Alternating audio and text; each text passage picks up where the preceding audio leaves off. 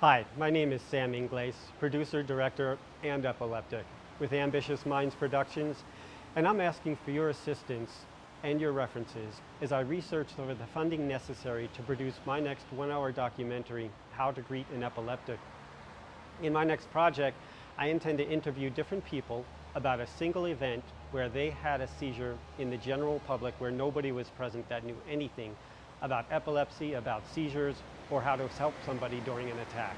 The many fascinating events will grab the attention of the general public, while the facts will better educate them about the many types of seizures and how to better assist us, the people that they walk, talk, work, and play with every day and don't know it. I still have attacks on a monthly basis. She has them sometimes on a daily basis, and we have them out there while we're working, while we're playing, and nobody knows how to help us. So the general public is never interested in the documentaries about the people who are sick, about the neurologists who are researching and studying and taking care of us. How are we supposed to take care of it if we see one? Well, that all depends upon the type of seizure. Everybody thinks that the only seizure that you have is a grand mal seizure, where you hit the ground, go into convulsions, but there are about 10 different recorded types of seizures. You have partial complex, you have focal, you have petit mal, you have grand mal, and you don't know what they are. We can't swallow our tongue. People think that we swallow our tongue and have to stick something in our mouth, but that doesn't happen because our tongues are attached on the bottom. So you don't need to do anything? Well, if I'm having a grand mal seizure, the one that you're typically used to, where we hit the ground and go into spasms, if you make sure I'm in a comfortable position, you keep my head off the ground a little bit, if you're able to do that, or put it in a softer position so I don't bang myself up, and just wait for the seizure to end. Afterwards, I'll be very confused. I won't know who you are. I won't know where I am. Even my wife or child, I don't know who they are for the first minute or so.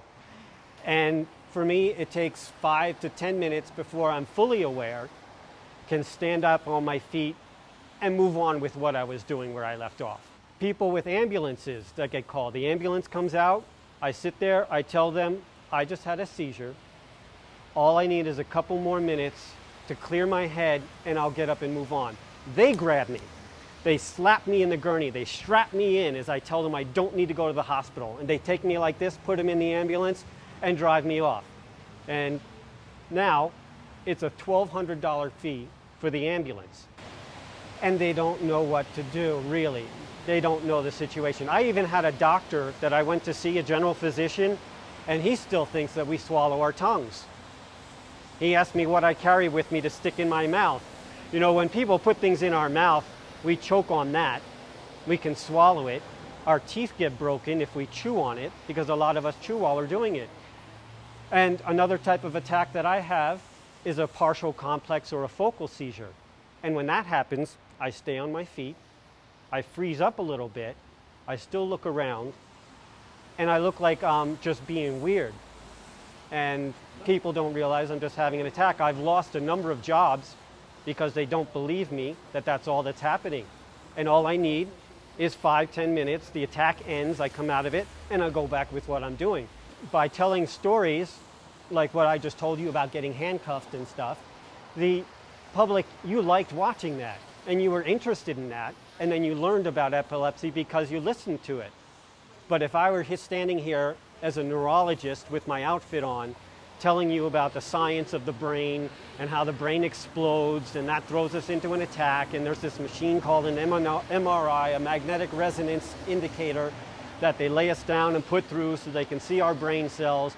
There's a bunch of different medications that we take, and the number of documentaries that have been out about it, none of the general public watch because they're not interested. But the story, they're interested in. And when you watch the story, then you learn about the condition. So in this documentary, different epileptics are going to be interviewed about a specific event they had in public.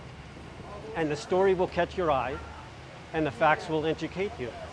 So that's what this documentary is about. Good luck. Thanks. Yeah, thank you. I had a job with King Soopers once, and I was cutting the fruit, putting it in the containers, labeling it, pricing it, and putting it out on the floor for you to pick up out of already cut. And I'd been working for a couple of months, and I suddenly started to see myself with a knife sitting on the cutting board. So I picked up the knife and I started cutting fruit again. And there were some other times where I'd be halfway between the table and the walk-in refrigerator, and all of a sudden I'd be, what am I doing here? And I'd say, oh, I must have just lost focus here. And I'd go into the walk-in refrigerator, grab some fruit, and bring it back out and start cutting it again. And so one day, about 3 months into the job, the assistant manager comes in and he says, we need to have a talk. So put down my knife, I follow him.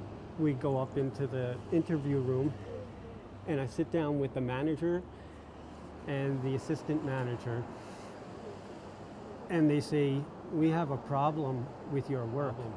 There is some girl, she's been working now for a couple of weeks, and she says that she sees you sometimes when she comes through the door just hanging around, not doing anything. And then as soon as you see her, you get up and you start working again. So we think that you are being lazy and not doing your job. And I think about it for a minute, and I said, you know what? I think I know what's going on here. You know, I'm epileptic, and I'm probably having partial complex or focal seizures. And during that type of attack, you stay on your feet, your eyes stay open, you look around, and sometimes you even say things that don't make any sense. And there's only 3 things that break this attack, and that's time, that's sound, and that's visual. So when she comes through the door and I'm having one of these attacks, either the sound of it, the vision of her moving, or all of it breaks my attack, and I have no sense of loss of time, so I just go right back to what I was doing last, and that's why she thinks that I'm just hanging out. And they said, we're going to have a talk. And the 2 of them got up and went into their little special office and came out a few minutes later and said, we've come to a decision. You've got 2 choices. You can get up and walk out the door quitting today, and we will give you a good review if anybody calls for another job that you're applying for.